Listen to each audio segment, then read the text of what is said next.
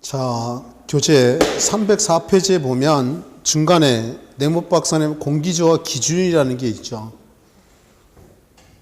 여기다 표현해 보면, 거기에 보면 일산화탄소라고 해놓고 일산화탄소가 10ppm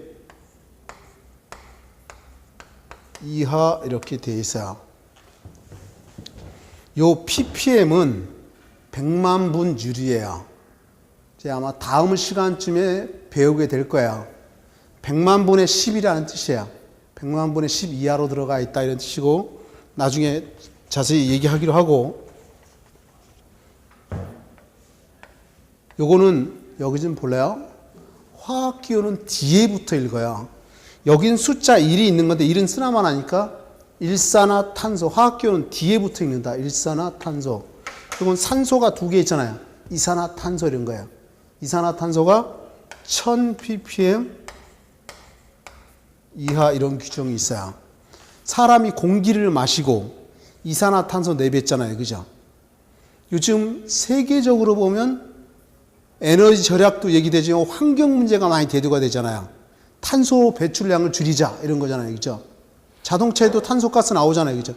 특히 경유가 많이 나오잖아요. 제재도 가려고 하고, 경유차 갖고 있는 사람은 빨리 다른 차로 바꿔야 돼요. 휘발유하면 LPG로 바꿔야 된다 이거지. 그러면 1000ppm이야. 그 다음에 세 번째 보면 상대 습도라는 게 있는데, 상대 습도. 여기 좀 보실래요?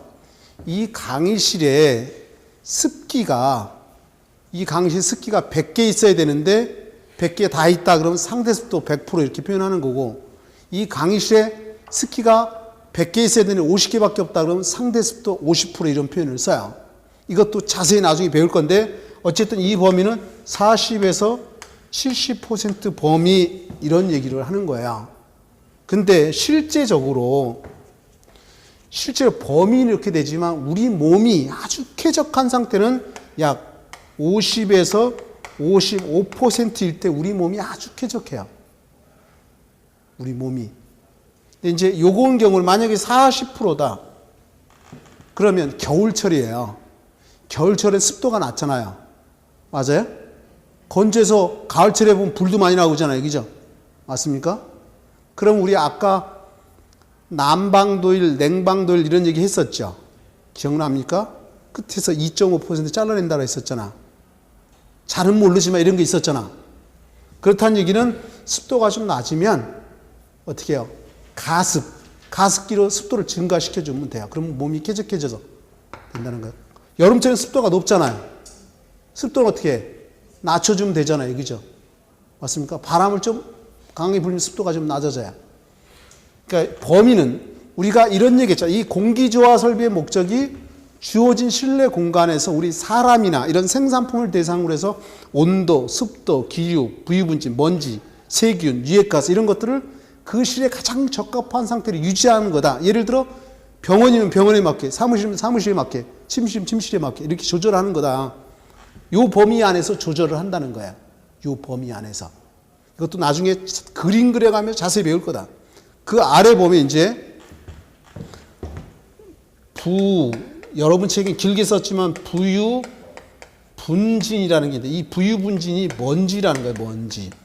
부유 분진이 1세제곱미터당 0.15mg 이하 이런 규정이 있어요.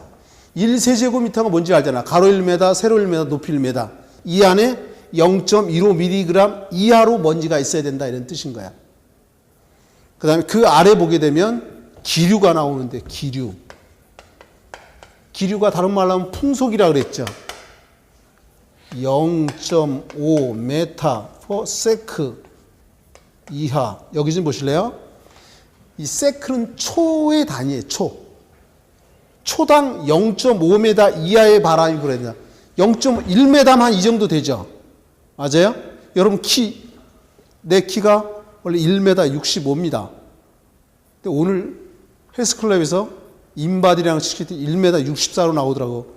중력 때문에 좀 줄어들었는지.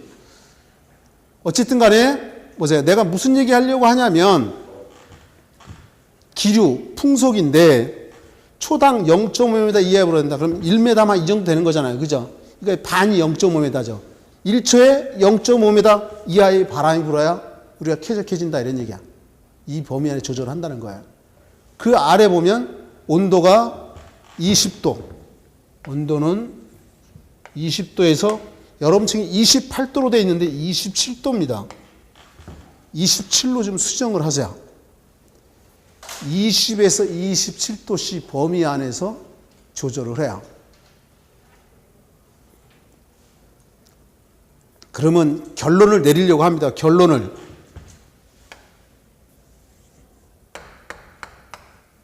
결론을 내리면 이 중에 숫자를 바꿔야, 예를 들어서 이런 40에서 70% 이 숫자를 바꾼다는 거죠. 0.5m인데 이거 숫자를 바꾼다는 거야. 이해할 수 있겠죠. 지금 애우라고 하는 거 아니야. 아, 저런 게 있다라는 정도만 이해만 하시면 된다. 그 아래 결로 얘기가 나옵니다. 이미 여기다가 우리가 결로에 대해서 얘기 다 했었습니다. 결로에 대해서. 그죠? 그러면 지문을 보기만 할까요? 304페이지 맨 아래에 있는 결론은요. 공기 중에 수증기에 의해서 발생되는 일종의 습윤 상태를 말하는 것으로 습공기가 차가운 벽이나 천장, 바닥 등에 닿으면 공기 중에 수증기가 응축되어 물방울이 맺히는데 이것을 결로라고 한다. 그런가 보다 하시면 돼요. 이제 옆에지. 결로의 원인과 발생. 아까 결로는 실내에 따뜻한 공기와 실내에 찬 공기가 만나면 발생된다 그랬죠. 방지법 온도차를 줄여주면 된다 그랬었잖아요. 그죠? 이해했나요? 그러면 간단하게 결로 방지법을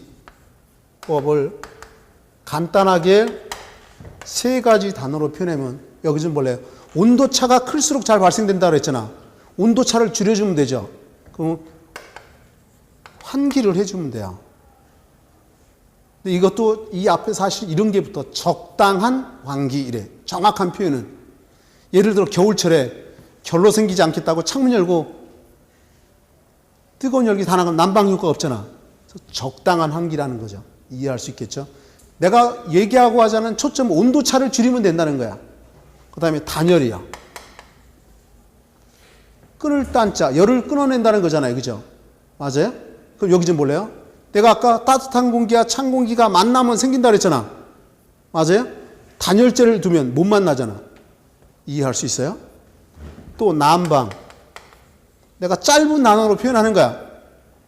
예를 들어 결로가 생기려고 하면 물방울 생기는 거잖아요. 그죠? 결로가 생기려면 난방에서 물기를 싹 증발시켜버리면 되죠. 이해할 수 있어요? 짧게 표현하면 이게 결로 방지법이다. 이걸 표현은 말을 여러 개로 표현할 수 있잖아. 그죠? 이걸 갖다 펼쳐놔서 이제 여러 가지 문장이 나오는 거다. 이거지. 일단 원인. 생활 습관에 의한 환기 부족. 이해 되잖아요. 그죠? 실내외 온도, 큰 온도차. 그죠? 실내 습기 과다 발생. 습기가 많이 생기는 만큼 결로가 많이 생긴다. 이런 얘기인 거죠. 단열재 시공상 불량. 시공상 단열이 잘 안 됐다 그러면 생긴다. 이런 얘기인 거죠. 구조체의 열적 특성. 구조체의 열적 특성이라는 건 아까 열기하면서 열적 취약부위라고 그랬죠. 창틈, 기둥, 보 이런 데는 단열재 넣을 수 없다고 그랬잖아요. 그죠? 맞아요? 그렇게 구조체의 열적 취약부위가 열적 특성이야. 그 다음에 시공 후 미건조 상태에 따른 결로. 뭐 벽체가 완전히 건조가 돼야 되는데 건조가 안 됐다 이거야. 그럼 결로 생길 확률이 있다는 거죠. 원인이야. 그런가 보다. 그 다음에 그 아래 결로의 발생과 방지가 있는데 크게 가로 1번의 표면 결로, 가로 2번의 내부 결로. 이미 우리가 표면에 생기면 여기서 이미 얘기 설명했죠. 벽이라고 했을 때 표면에 생기면 표면 결로, 내부에 생기면 내부 결로라는 얘기 했습니다. 그죠? 그럼 보면 표면 결로부터 봅니다. 1번에 건물의 표면 온도가 접촉하고 있는 공기 노점 온도보다 낮을 때 그 표면에 발생하는 결로다. 방지 대책은 기억지문. 벽 표면 온도를 실내 공기 노점 온도보다 높게, 여기다가 밑줄을 준 거죠. 노점 온도보다 높게. 내가 여기다가 이미 써놨어요. 여기 벽체의 온도를 노점 온도보다 어떻게? 녹게 하라 그랬죠. 내가 잊지 말라고 이 종이컵 안에 뜨거운 물 있으면 절대 결로가 안 생긴다 그랬죠. 맞습니까? 그 다음에 니은 지문도 봅니다. 실내 수증기 발생 억제 및 환기를 통해 습기 발생 억제한다. 그런가 보다 하시면 되고, 이제 내부 결로요. 벽체 내의 어느 부분의 공구 온도가 그 부분의 노점 온도보다 낮을 때 발생하는 결로다. 곧 온도차가 클 때 생기는 거야. 방지 대책은 기억의 벽체 내부 온도를 그 부분의 노점 온도보다 어떻게? 항상 노점 온도보다는 높게 해야 된다 이런 얘기예요. 이게 결론인 거예요. 그죠? 그 다음에 적절한 투습 저항을 갖춘 방습층을 벽의 내측에 설치한다. 여기 보시면 실내 측, 곧 고온 측에다가 방습층을 둔다라고 했죠. 기억납니까? 시험에 많이 나온 지문들 내가 쓴 거잖아요. 그죠? 체크한 거고. 이것도 체크해야 되겠죠. 이제 그 다음 페이지 넘겨보시면요. 방지 계획이라는 게 나오죠. 곧 방지법이 나오는 거야. 자, 한번 확인할 겁니다. 일단 그 결로 방지 계획에다가 별표를 치세요. 별표. 곱하기 100까지 해도 됩니다. 이제 1번부터 확인을 할 건데 1번에 실내 측벽의, 여기 좀 볼래요? 측벽이 저 벽을 얘기하는 거죠. 측면에 있는 벽 이런 거예요. 그죠? 측벽의 표면 온도를 실내 공기 노점 온도보다 어떻게? 높게. 노점 온도보다 높게 한다는 키워드예요. 그 다음에 환기를 철저한다. 온도차 줄여주는 방법이 환기가 있잖아요. 그죠? 그 다음에 벽체의 열관류 저항을 크게 한다. 여기 보시면 열관류는 작아할수록 좋고 열관 저항은 클수록 좋다고 그랬죠. 요 3번 지문도 체크하십시오.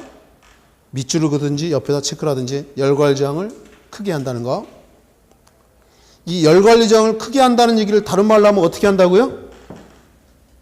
열관류 저항을 크게 한다는 얘기를 다른 말로 하면 열관류율은 작을수록. 서로 반대잖아. 그죠? 여기 보세요. 눈동자가 이해가 안 가서 열관률이 열통과죠. 열통과가 잘 되면 안 좋잖아요. 우리 건축물은. 그래서 열관률은 작을수록 좋다고 그랬죠. 맞아요? 그럼 열관류 저항은 단열재를 둬서 열이 잘 통과가 안 되게끔 하는 거라 했잖아. 그러니까 열관류 저항은 클수록 좋고 열관률은 작을수록 좋다고 그랬어요. 처음 들으면 잘 이해가 안 될 수 있어요. 그게 정상이야. 나만 모른다 이렇게 생각하지 마세요. 그게 정상이다. 한 번 듣고 어떻게 알아? 나는 건축을 전공했고요. 대학까지 석사까지 했어요. 박사는 못했어. 내가 애 둘째 나고 박사과정 발표를 했는데 교수님이 생활을 해야 되잖아. 내년에 들어오겠습니다. 2년 3년 미루다 보니까 포기하게 되더라고. 뭔 소리인지 아시죠? 공부 때가 있는데 나는 돈이 안 돼서 박사과정 안 들어갔지만 어쨌든 간에 이해할 수 있겠죠. 자, 그 다음에 4번에 각실 간의 온도차를 적게 한다. 온도차가 클수록 생긴다고 했으니까, 그죠? 그 다음에 난방에 의한 수증기 발생을 억제하고 벽에 방수실을 설치한다. 정확한 표현은 어떻게 해요? 실내 측에 방수실 두는 거죠. 실내 측에, 곧 고온 측에 방수실 둔다라고 얘기했잖아. 맞습니까? 여기 그림도 아직 안 지었잖아. 여기 실내 측, 이 단열재 네 단열에서 실내 측에 방습층을 둔다. 실내 측이 곧 고온 측이다 이런 얘기인 거죠. 이렇게 삑삑 소리가 나지. 그 다음에 7번에 단열광에 의한 열저항 증대와 시공을 완벽히 한다고 당연한 얘기인 거고. 그 다음에 이제 그 아래 소음 방지와 차음이라는 게 나오는데요.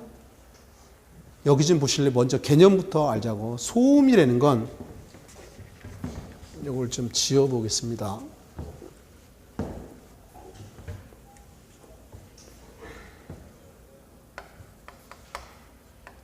소음이라는 건 원하지 않는 소리예요.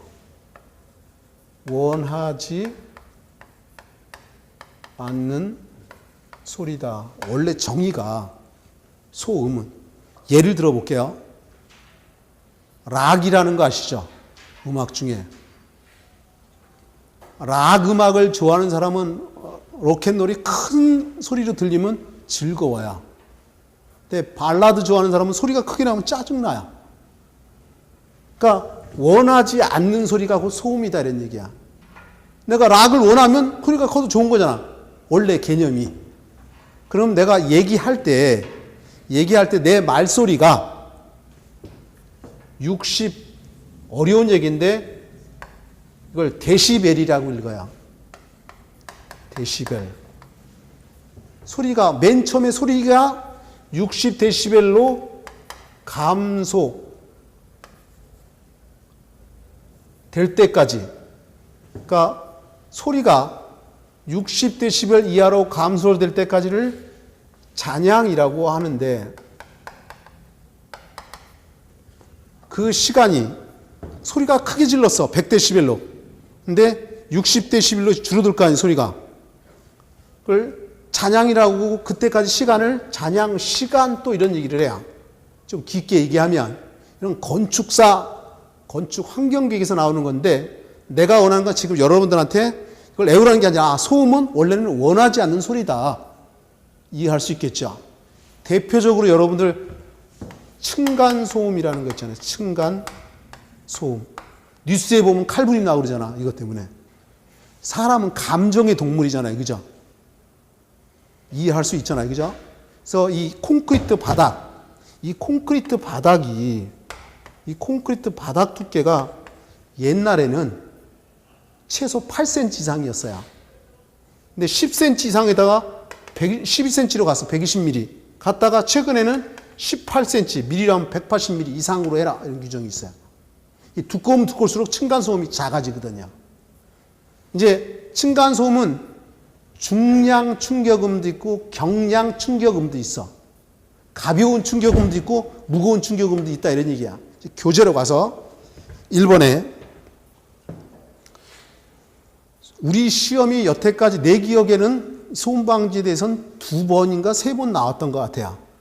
시험에선 1번에 벽체는 가급적 흡음률이 적은 재료를 사용해라. 뭐 이중벽 쓰고 이렇게 그냥 하면 뭔 소리인지 모르잖아요. 그죠? 여기다가 그 차음의 개념을 좀 자꾸 다시 들어가려고 해요. 그냥 읽으면 뭔 소리인지 모르니까. 자, 여기다가 이제 설명을 하겠습니다. 이제 여기다가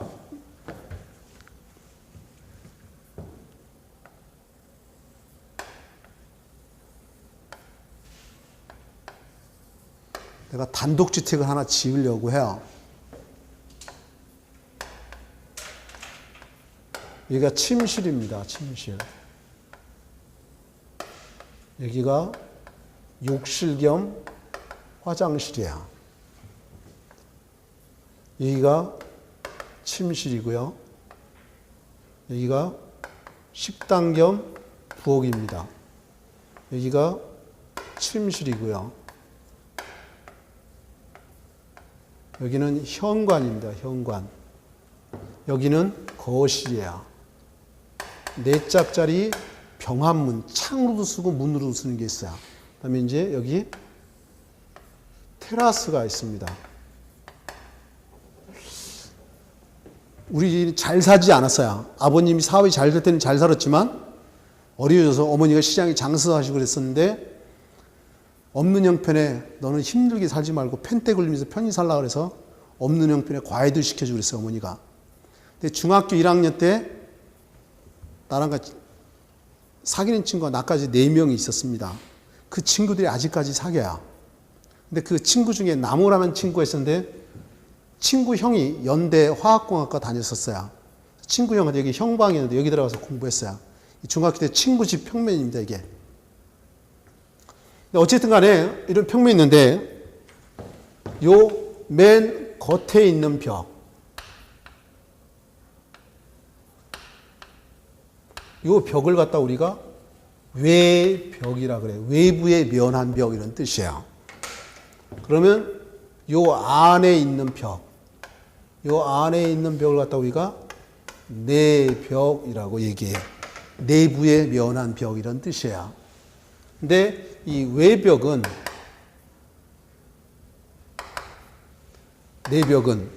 이 외벽은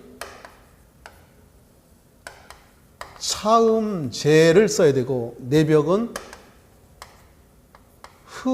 음제를 써라 이런 규정이 있어요. 그럼 이제 차음이란 뜻이 음을 차단한다 이런 얘기야. 음을 차단하는 재료 이런 뜻입니다. 그럼 여기서 보자고 이제 내가 지금 원리를 설명해 주려고 하는 거야. 여기 소음이 발생했어요.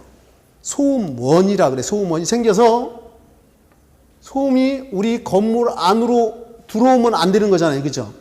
여기 소리를 차단해야 될 거 아니야. 맞습니까? 근데 여기 빈틈이, 이 벽이 만약에 빈틈이 많다. 소리가 들어오겠죠. 맞습니까?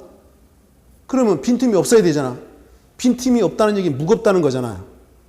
이해할 수 있나요? 무거우면 빈틈이 없으니까 못 들어올 거 아니야. 그러니까 이 차음제는 비중이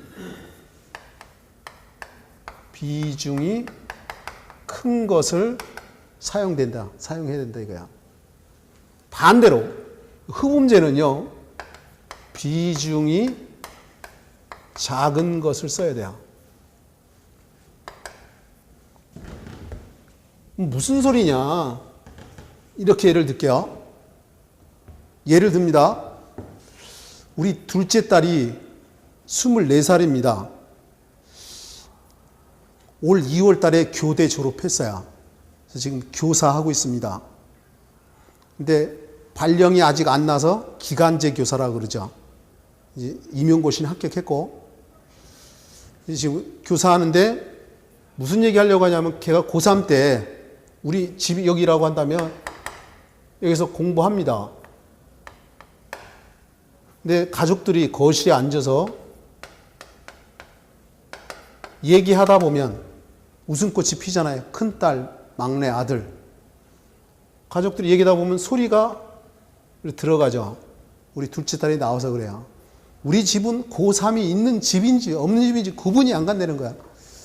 소리가 들어오니까. 그러면 소리가 못 들어와야 될 거 아니에요. 그죠?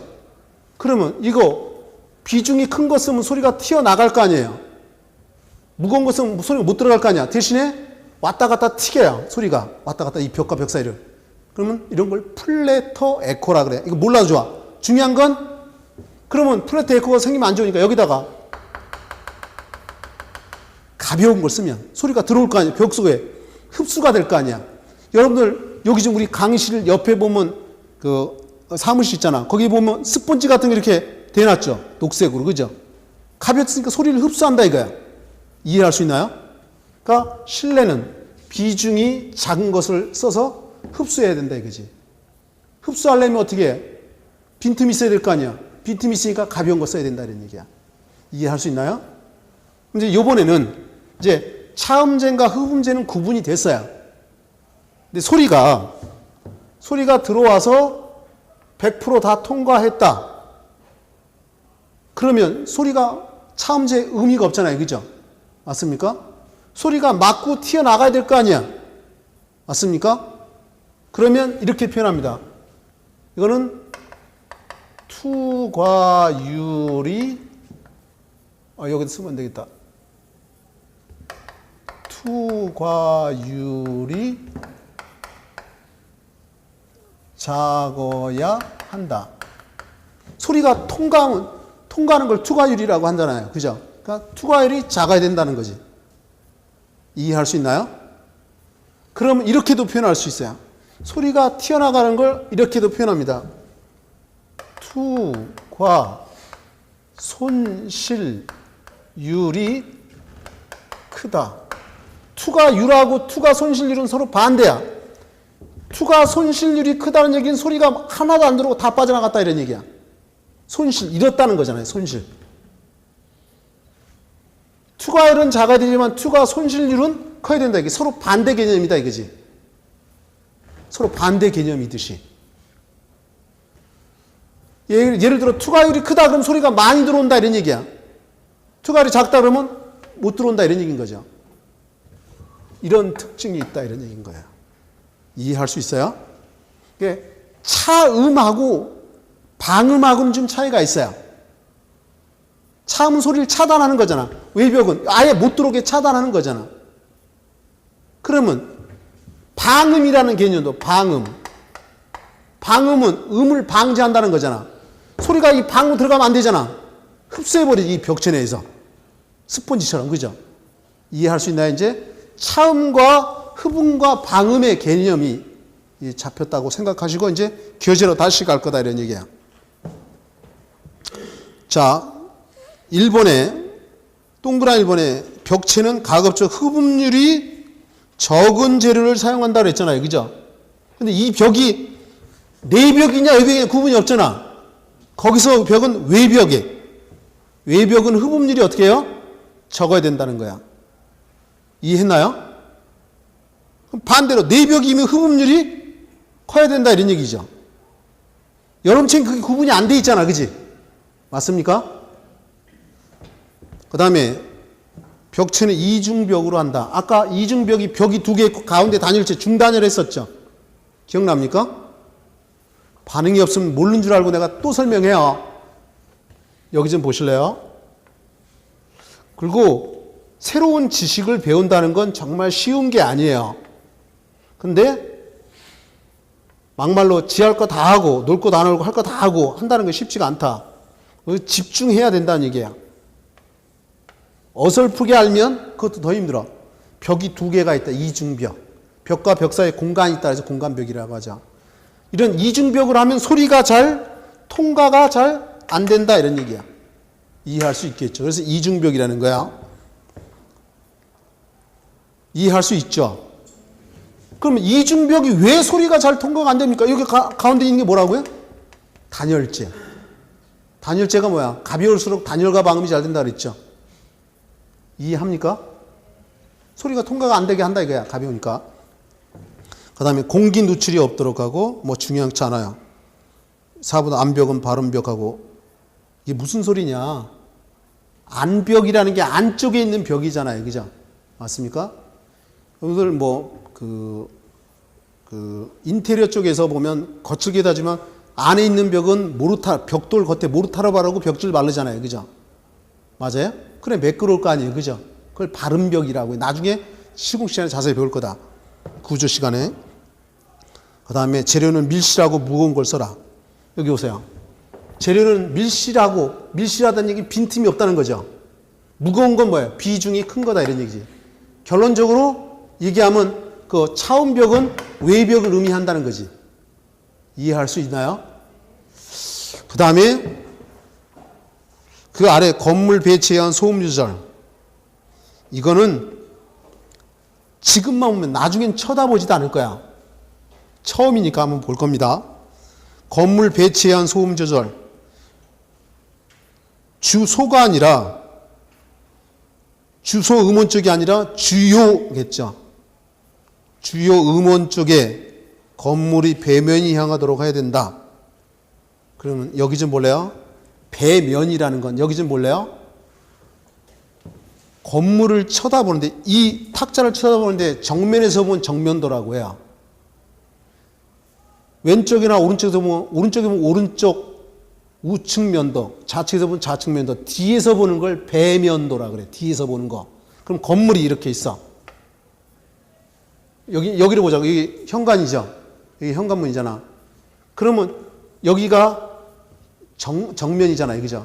그럼 후면은 막혀 있는 쪽을 후면 쪽이라고 한다. 배면 쪽. 배면 쪽에다가 그 지문에 주요 음원 쪽에 건물이 배면이 향하도록 해야 된다. 그러면 여기 좀 볼래요? 이 뒤쪽에 소리가 큰 지역, 소음이 큰 것들이 이 뒤쪽에 오게끔 하라는 거야. 이 정면에 오지 않고. 우리 시험에 나올 일이 없어. 책에 있으니까 고민할까 봐 내가 지금 한번 설명해 주는 거야. 수목을 식자에 소음을 준다. 만약에 여기다가 여기 소음이 큰 게 들려. 소음이 큰 게 이렇게 들려오면 여기다가 나무들을 심죠. 나무들을 이렇게 심으면 소리를 차단해 줄 수 있다 이런 얘기지. 수목을 심음으로 인해서. 건물 간의 각도를 주는 배치. 이 건물의 각도를 여기 좀 볼래요?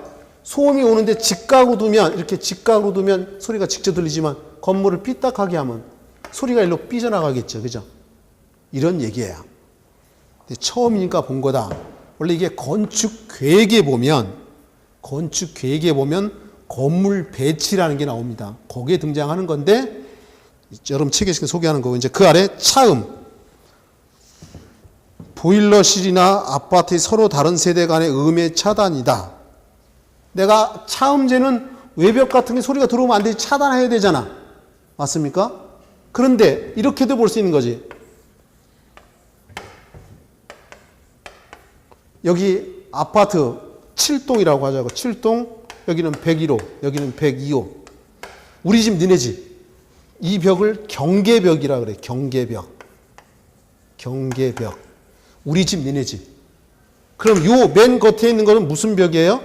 외벽이죠. 외벽. 이해할 수 있나요? 그러면 이 외벽도 차음제를 써야 되겠지만 우리 두 벽이 소음이 들리면 프라이버시 침해를 주잖아. 그러니까 이 경계벽, 여기도 무슨 벽? 차음벽을 써야 된다 이런 차음제를. 이해할 수 있나요?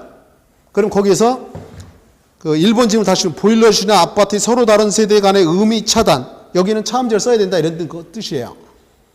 그 다음에 2번에 차음은 벽체 등의 질량과 비례관계다. 그러니까 차음제는 비중이 큰 걸 써야 되잖아요. 그죠? 그 비례관계다 이런 얘기인 거죠. 이런 뜻이다. 지금이니까 내가 본다라 그랬어요. 나중에 본능돼서는 안 볼 거다 이런 얘기야. 왜? 안 나올 확률이 거의 0.0001%니까 거의 다. 이제 그 옆에 이제 용어가 나와 있는데 연용량이라는 거야. 어떤 물질의 온도를 1도씨 또는 1절대온도 높이는 데 필요한 열량을 말한다. 단위는 주울 포 절대온도 또는 킬로주울 포 절대온도이다. 나중에 들어가서 배울 겁니다. 그 다음에 현열, 잠열 했죠. 맞나요? 그 다음에 현열비라는 게 나옵니다. 현열비. 네, 엔탈피도 나오고 비열도 나오고요. 요거는 설명을 안 했는데 일단 6번에 있는 비열부터 설명을 할까 합니다. 비열부터. 여기 좀 보세요. 여기다가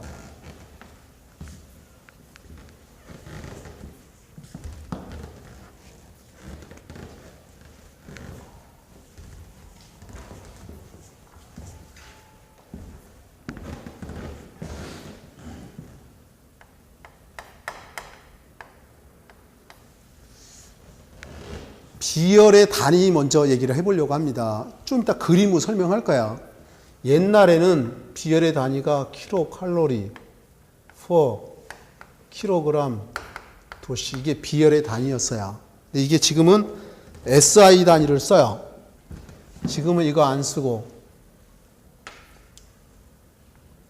킬로, 줄, 킬로그램, 도케이. 지금은 비열에 대한 이걸 씁니다. 자, 그러면 설명을 한번 해보겠습니다. 여기는 육지입니다. 육지. 여기는 바다예요. 바다. 바다. 바다가 곧 물이 있다는 얘기잖아요. 그죠? 육지에 공기가 있다라고 해보자고요. 그러면 자, 태양이 뜨면 태양빛이 내리쬐을 겁니다. 그죠? 바다에도 내리쬐을 거고 육지에도 내리쬐을 거고요. 그죠? 여기 공기층에다 내리쬐겠죠. 맞아요. 근데 옛날 단위, 요 옛날 단위로 보면 또 헷갈릴지 모르겠다. 지금 요 단위로 바로 쓸게요. 이 공기의 비열이 1.01 킬로 줄 포 킬로그램 도케이. 그럼 물의 비열은 4.1868 킬로 줄 포 킬로그램 도케이 이래요. 좀 이따 자세히 설명할 거고, 요거 우리 건축에서는 여기 소수점이잖아요. 소수점 세 단위, 하나, 둘, 세 번째 단위에서 5보다 크면 반올림 시켜요. 그럼 이게 약 4. 요거 반올림 시켜 19가 되는 거야. 이것도 만약 반올림 시켜버려서 약 4.2로 표현합니다. 4.2 킬로 줄 포 킬로그램 도케이다 이거지. 시험 문제 주어지는 경우도 있고 안 주어지는 경우도 있는데 대부분 요 두 개로 씁니다. 그러면 공기하고 물하고 비교해 보면 다 떠나서 소수점 있잖아요, 이거요. 그죠? 맞아요? 그러면 요건 뒤에 소수점 띄워버린다면 1이고 이거는 뭐예요? 4잖아요. 그죠? 맞아요? 양 몇 배의 차이가 납니까, 이게? 몇 배 차이 나는 거예요? 4배의 차이가 나는 거잖아요. 그죠? 맞습니까? 그럼 내가 무슨 얘기를 하려고 한 거냐면, 보세요. 비열값이, 지금 비열인데, 비열값이 공기보다는 물이 크잖아요. 그죠? 맞아요? 비열값이 크면 뜨겁게 하는데 시간이 많이 걸린다는 거예요. 약 4배 정도 걸린다는 거야. 공기보다. 거꾸로. 꺼버려도 한 4배 정도 오랫동안 따뜻함을 유지할 수 있다는 거야. 비열값이 크면 뜨겁게 하는데 시간이 많이 걸린다. 식는데도 시간이 많이 걸린다. 이런 뜻인 거야. 그럼 비열값이 작으면 금방 뜨거워지고 또 금방 식는다는 뜻도 내포하고 있는 거야. 그러면 자 이제 알았으니까 여기 있던 공기들이 여기 있던 육지에 있던 공기들은 태양 내리치면 금방 뜨거워지죠. 뜨거워지면 어떻게 해요? 공기 입자 관계 넓어져. 부피가 커져. 뻥튀기 보세요. 부피 커지잖아. 가볍죠. 그러니까 올라간다 이거야. 가벼운 건 올라가죠. 아까 참치찌개 할 때도 뜨거우면 올라간다 그랬잖아요. 그죠? 이렇게. 근데 여기 있던 물은 비열값이 크면 뜨겁게 하는 시간이 많이 걸린다 그랬죠. 그러면 어떻게 해요? 금방 안 뜨거워지잖아. 이렇게 회전을 해요. 그럼 무슨 얘기 하려고 하냐면 우리가 낮에 인천 앞바다 가보셨나요? 인천 앞바다에 가보면 바닷가에 가보면 낮에 가잖아요. 그죠? 그럼 바람이 바다에서 육지로 불어옵니다. 그걸 우리가 해풍이라고 하잖아요. 해풍. 바다 해자 바람풍자. 바닷바람 이런 얘기죠. 여름철에 바닷가 가면 찬바람이 바다에서 불어 시원하잖아.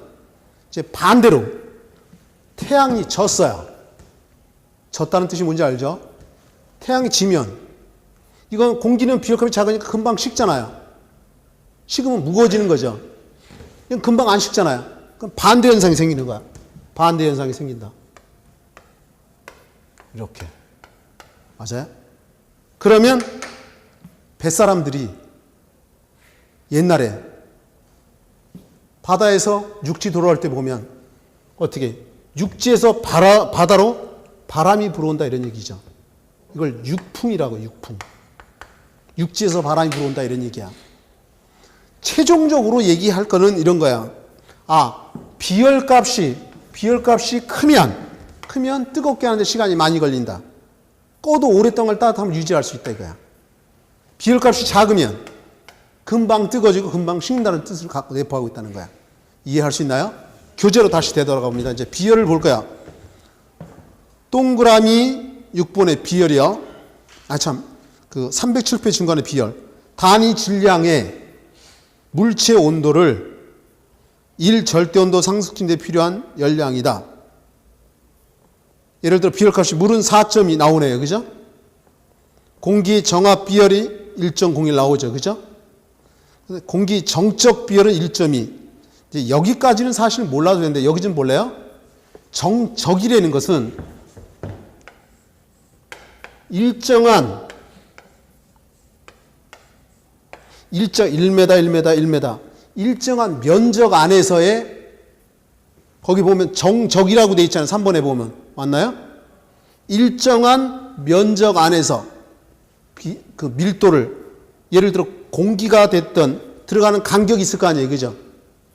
그러면 정압비열은 압력을 가했을 때의 압력을 얘기하는 거 비열을 얘기한다 이거지. 압력을 하면 열을 가하면 압력이 높아질 거 아니야. 부피가 커지니까. 그러니까 이걸 알면 머리 쥐나. 그러니까 결론을 얘기합니다. 여기다가 이제 최종적인 결론. 비열이 물은 1.01 kJ/kg 독해고 그 다음에 물은 4.2 kJ/kg 독해인데 좀 더 할 거야 나는. 자, 수증기의 비열은 1.85예요. 1.85. 하나만 더 할게요. 얼음은 2.95 정도 돼요. 비열값이. 그러면 자 보세요. 내가 아까 물하고 여기 잘못 썼네. 물이 아니라 공기죠. 아무도 얘기도 안 하고 가만히 보고만 있네요. 잘못 적을 수도 있잖아. 그럼 이 공기가 1이고 물은 4니까 약 4배의 차이가 나잖아요. 그죠? 맞나요? 우리 그 찌개 끓이면 거기서 수증기 발생하잖아요. 그죠? 맞습니까? 수증기 1.85잖아요. 그죠? 그럼 1.8하면 이게 약이라는 뜻이죠. 약 2 정도 되잖아요. 그죠? 여기다 색깔 바꿔볼까? 2 정도. 그죠? 2.9면 약 3 정도 되잖아. 맞아요? 1, 2, 3, 4. 기억하기 쉽게 하게끔. 난 이것도 귀찮다 그러면 우리 시험에서는 이 2가지 정도만 알면 돼. 1, 4. 결론 내렸어요. 그죠? 공기의 비율이 약 1kJ/kg면 독해이다. 물의 단위는 4.2kJ/kg면 독해이다. 이 단위도 기억을 해야 된다. 비열의 단위가. 이해할 수 있겠죠? 자, 그러면 이제 그 위로 올라가 보면 현열비, 엔탈피 이런 게 나와 있어요. 여기다가 설명할까요? 여기다가.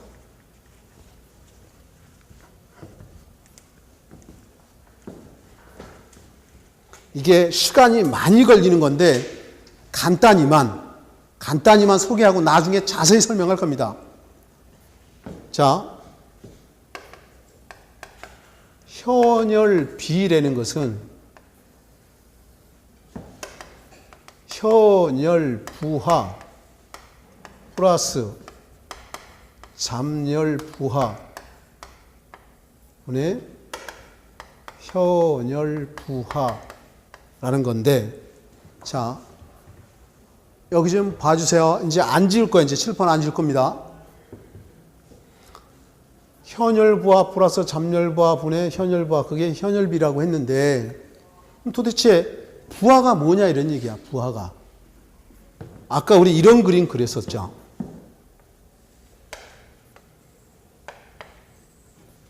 건물이 이렇게 있어요. 유리창도 있고요. 문도 있고요. 항상 온도는 높은 데서 낮은 데로 이동한다고 그랬네요.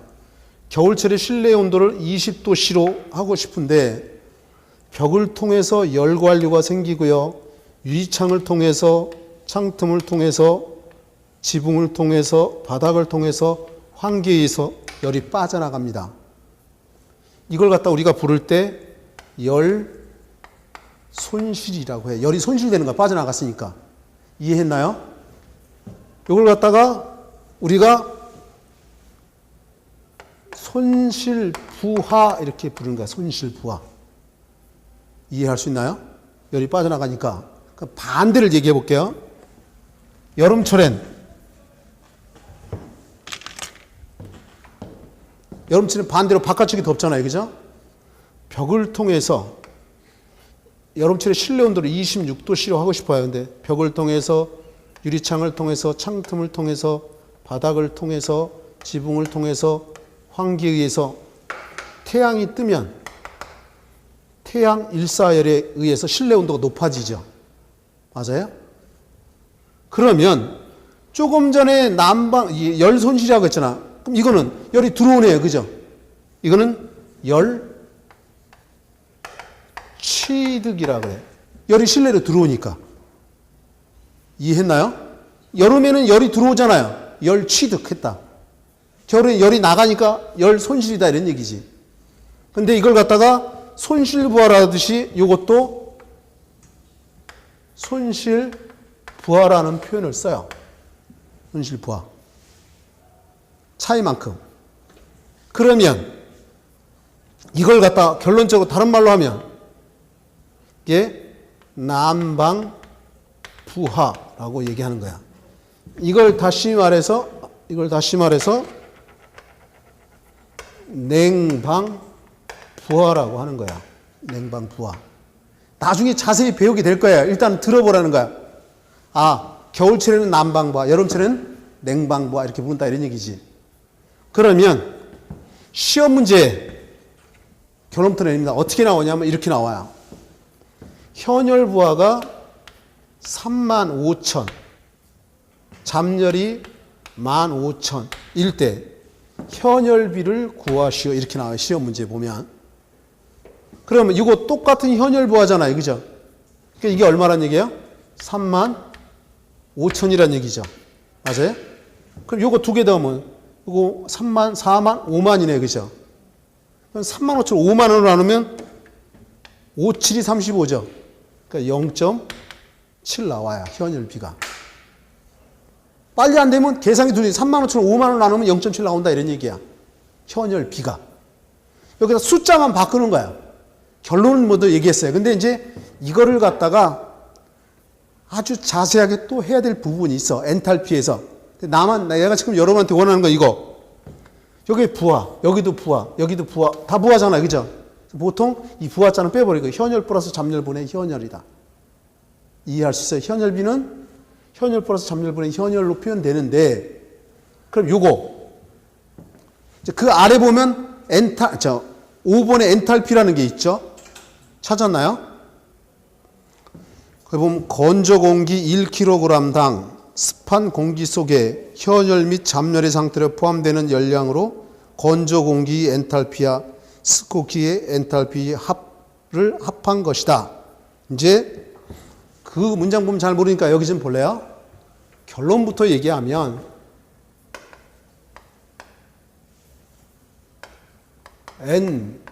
엔탈피라는 것은 이거는 현열 플러스 잠열을 더해서 표현한다. 그러면 요 현열 플러스 잠열을 더하면 둘 다 더했으니까 전체 열량이에요. 그래서 전열량 이렇게도 불러요. 현열하고 잠열을 다 합친 걸 전체 열량, 그게 곧 엔탈피다. 그러면 도대체 현열은 뭐고 잠열은 뭐냐? 아까 현열은 온도 변화에 따라서 출입하는 열이라고 그랬죠. 잠열은 상태 변화에 따라 출입하는 열이라고 그랬죠. 이래도 머릿속은 이해가 안 갈 거야. 그럼 이렇게 설명해 보자는 거야. 자, 보세요. 1세제곱미터 그러면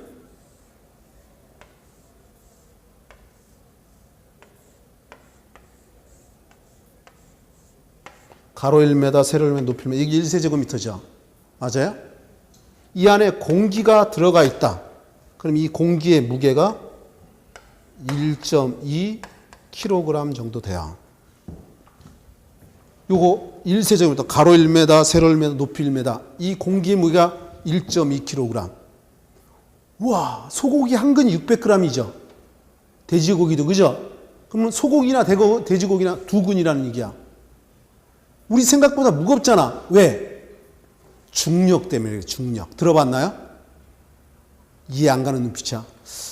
참고로 달은 우리 지구보다 비중이 6분의 1밖에 안 돼. 무게가. 그럼 내 몸무게가 60kg다가 그럼 달에 가면 10kg밖에 안 된다 이런 얘기야. 그게 그 중력 때문에 그렇다. 땡기는 힘. 사과가 떨어지잖아요. 중력에 의해서. 그죠? 어쨌든 공기도 생각보다 무겁습니다. 아까 물이 가득 찼을 때는 얼마였어요? 1000kg이었죠. 1세제곱미터면. 맞나요? 그럼 이제 이해할 수 있어. 뭘 이해할 수 있냐면 우리가 어떤 기준을 세울 때 1, 10, 100 이런 걸 기준 세우잖아. 1점이 기준이 될 수 없다 이거지. 그럼 이게 거꾸로 표현해 볼 거야. 이 공기라고 해보자고. 공기 1세제곱미터야.